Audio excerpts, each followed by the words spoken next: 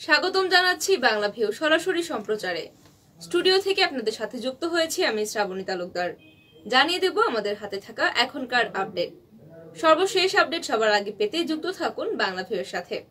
আপনার ভালো লাগা, খারাপ লাগা এবং যে কোনো ধরনের পরামর্শ জানিয়ে দিন মন্তব্যের মাধ্যমে। চলে যাচ্ছে খবরে। সিলেট সিটি কর্পোরেশন নির্বাচন যতই এগিয়ে আসছে, নির্বাচনের উত্তাপ ততই বেড়ে চলেছে। সিটি কর্পোরেশন নির্বাচনে আওয়ামী লীগ মনোনীত প্রার্থীর পক্ষে ঐক্যবদ্ধ হচ্ছে শক্তি। তবে আরিফুল হক চৌধুরীকে নিয়ে ধোঁয়াশা সৃষ্টি হয়েছে। তিনি এখনো তার অবস্থান প্রার্থিতার বিষয়ে তিনি অবস্থান জানাননি কাউকেই।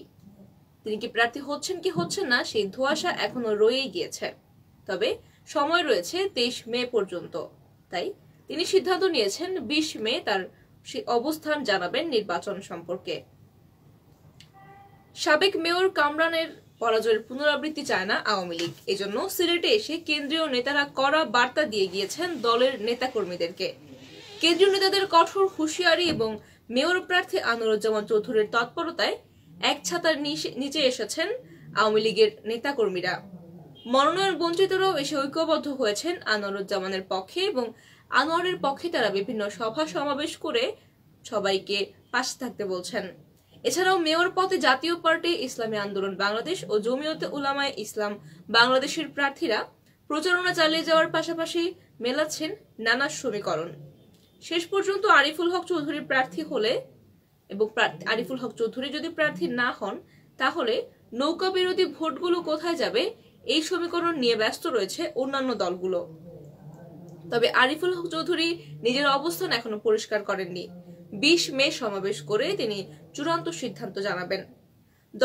দলীয় মনোনয়ন পেয়ে মাঠে নামার পর অনেকটা অস্বস্তিতে ছিলেন আনোয়ার।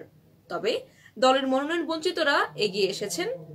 যদিও তারা আগে তাকে এড়িয়ে চলতেন, তবে কেন্দ্রীয় নেতাদের করা হুঁশিয়ারিতে এখন দলের নেতাকর্মীরা এবং দলীয় অন্যান্য মনোনয়ন বঞ্চিত নেতারাও তার পাশে রয়েছেন এবং ঐক্যবদ্ধ হয়ে তার পক্ষে ভোট চাইছেন।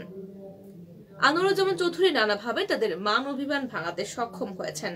এক পর্যায়ে মহানগর এবং জেলা আওয়ামী লীগ সিটি নির্বাচন নিয়ে আনোয়ারুজ্জামান চৌধুরীর পক্ষে সভা সমাবেশ করেছেন। যুক্তরাজ্যে সফররত আওয়ামী লীগের সাধারণ সম্পাদক অধ্যাপক জাকির হোসেন ছাড়া বাকি সব নেতাকর্মী উপস্থিত ছিলেন এইসব সভা সমাবেশে এবং সবাইকে আনোয়ারুজ্জামানকে বিজয়ী করতে কাজ করার জন্য আহ্বান জানাচ্ছেন তারা এবং তারা তার পাশে থেকে কাজ করার প্রতিশ্রুতিও দিয়েছেন। তবে মনোনয়ন বঞ্চিত নেতারা কাজ করার প্রতিশ্রুতি দিলেও তৃণমূলের নেতা কর্মীদের নিয়ে সংশয় ছিল। ওয়ার্ড পর্যায়ের নেতা কর্মীরা নৌকার পক্ষে কতটুকু সক্রিয় থাকবেন তা নিয়ে শঙ্কা দেখা গিয়েছিল।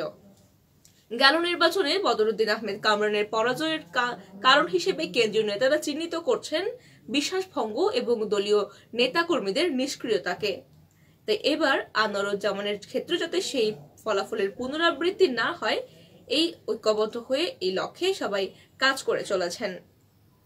এর অংশ হিসেবে বৃহস্পতিবার রাতে নগরের আরামবাগে একটি কনভেনশন হলে নগরীর জেলা ও মহানগরের আওয়ামী লীগের সাধারণ কর্মীদেরকে নিয়ে একটি সভা অনুষ্ঠিত হয় এবং এই সভায় উপস্থিত ছিলেন আওয়ামী লীগের প্রেসিডিয়াম সদস্য জাহাঙ্গীর কবির নানক, সাংগঠনিক সম্পাদক আহমেদ হোসেন সহ প্রায় 1 ডজন কেন্দ্রীয় নেতা কর্মী।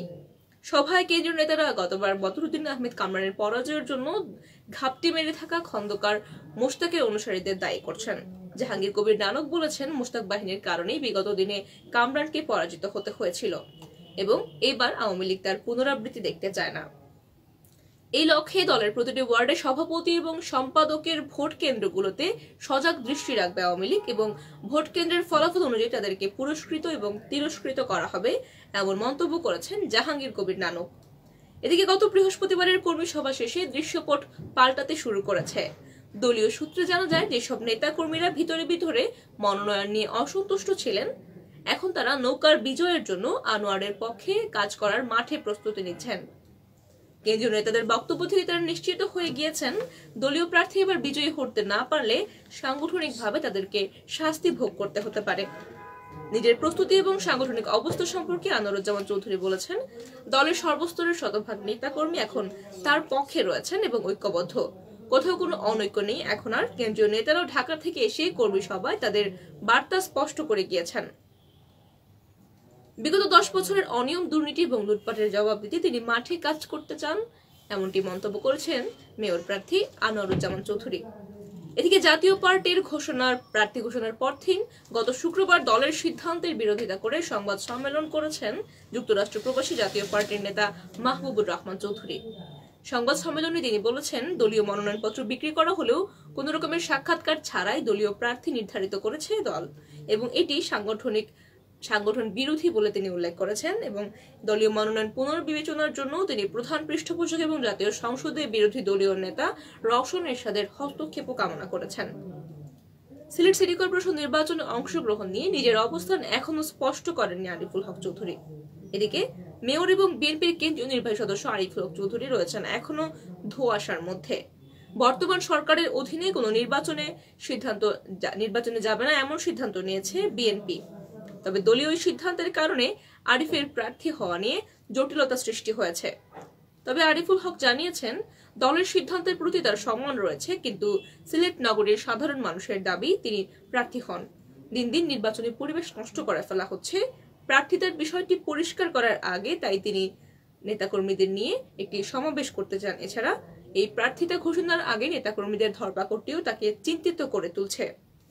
সবকিছু মিলিয়ে 20 মে রেজিস্ট্রারি মাঠে তিনি একটি সভার আয়োজন করেছেন এবং এই সভা শেষে তিনি তার সিদ্ধান্ত চূড়ান্ত করবেন। অন্যান্য প্রার্থীরা রয়েছেন অনেকটাই দ্বিধাদ্বন্দ্বের মধ্যে। অন্যান্য দলীয় কর্মীরা বক্তৃতা বিবৃতিতে অনেক কথা বললেও শেষ পর্যন্ত আরিফুল হক চৌধুরী প্রার্থী হলে তার সঙ্গে মূল প্রতিদ্বন্দ্বিতা হবে আনোয়ারুজ্জামান চৌধুরীর। দুই চৌধুরীর সেই ভোট যুদ্ধে খুব বেশি পারবেন না বাকি প্রার্থীরা, সেই হিসাব সব প্রার্থীরাই জানেন। তবে আরিফুল হক চৌধুরী প্রার্থী না হলে নৌকা কিংবা সরকার বিরোধী ভোট কার পক্ষে পড়বে সেটা নিয়েই তৈরি হয়েছে এখন ধোঁয়াশা এবং সেই হিসাবে মিলাচ্ছেন জাতীয় পার্টি সহ অন্যান্য দলগুলো। ইসলামী আন্দোলনের মাওলানা মাহমুদুল হাসান এবং জমিয়তুল উলামায়ে ইসলামের মাওলানা আব্দুল্লাহ বাব তারাও এই সমীকরণ মিলাতেই এখন ব্যস্ত রয়েছেন। আরিফুল হক চৌধুরী তার অবস্থান স্পষ্ট না করায় এখনো তাদের হিসাব যদি ও কিন্তুর মধ্যেই আটকে রয়েছে। তাই বলা যায় সিলেট সিটি কর্পোরেশন নির্বাচন নিয়ে উত্তাপের সঙ্গে সঙ্গে ধোঁয়াশাও সৃষ্টি হয়ে রয়েছে। সুপ্রিয় দর্শক শ্রোতা, এই ছিল আমাদের হাতে থাকা এখনকার আপডেট। এতক্ষণ সঙ্গে থাকার জন্য সকলকে অসংখ্য ধন্যবাদ। আপনাদের মূল্যবান পরামর্শ এবং মন্তব্য জানিয়ে দিতে পারেন কমেন্ট বক্সে। এছাড়া আপনি যদি ইউটিউবে দেখে থাকেন তাহলে আমাদের চ্যানেলটি সাবস্ক্রাইব করুন এবং বেল আইকনটি ক্লিক করুন পরবর্তী ভিডিওটি পাওয়ার জন্য। এতক্ষণ যারা শুনছিলেন সকলকে আবারও ধন্যবাদ।